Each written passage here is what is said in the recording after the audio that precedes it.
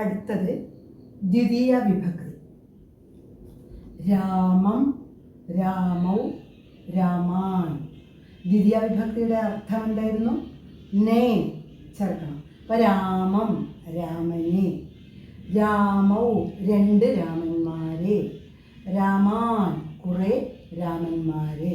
ഇതിങ്ങനെ ഈ അർത്ഥം എന്ന് പറഞ്ഞാൽ കേവലം രാമ എന്ന ഒരു ശബ്ദം മാത്രമല്ല, രാമനെ പോലെ അകാരാന്ത പുല്ലിംഗത്തിലുള്ള എല്ലാ പദങ്ങൾക്കും ഇത് ബാധകമാണ്. അതായത് ബാലകഃ, രമേശഃ അങ്ങനെ തുടങ്ങിയ, വൃക്ഷഃ തുടങ്ങിയ പദങ്ങൾക്ക്.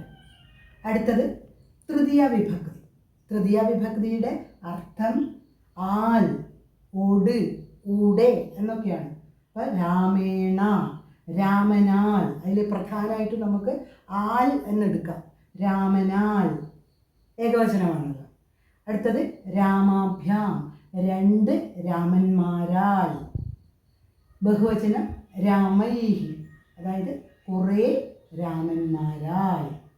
ഇതാണ് തൃതീയ വിഭക്തിയുടെ അർത്ഥം. തൃതീയ വിഭക്തിയിൽ ചില സന്ദർഭത്തിനനുസരിച്ച് ഓട്, ഊടെ, ഇപ്പം മാർഗം എന്നാണെങ്കിൽ മാർഗേണ എന്ന് പറയുമ്പോൾ വഴിയിലൂടെ എന്നെടുക്കേണ്ടി വരും. അതുപോലെ മിത്രേണ സഹ, കൂട്ടുകാരനോടൊപ്പം, അപ്പോൾ ഓട്, ഇതൊക്കെ ചേർക്കേണ്ടി വരും.